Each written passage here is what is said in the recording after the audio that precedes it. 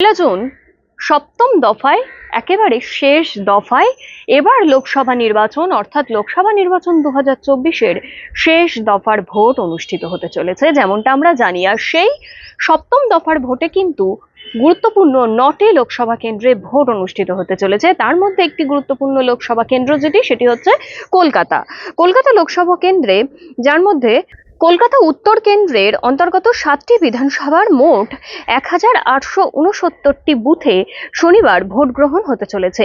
এই 7টি বিধানসভার মধ্যে 5টি বিধানসভার জন্য ডিসিআরসি সেন্টার করা হয়েছে নেতাজি ইন্ডোর স্টেডিয়ামে। চৌরঙ্গি, এন্টালি, বেলগাছিয়া, শ্যামপুকুর, জোড়াসাঁকো এই 5টি বিধানসভার অন্তর্গত বুথগুলিতে ভোটের যাবতীয় সরঞ্জাম পৌঁছে দেওয়ার প্রয়োজনীয় ব্যবস্থা করা হয়েছে নেতাজি ইন্ডোর স্টেডিয়ামে, যেমনটা জানা যাচ্ছে।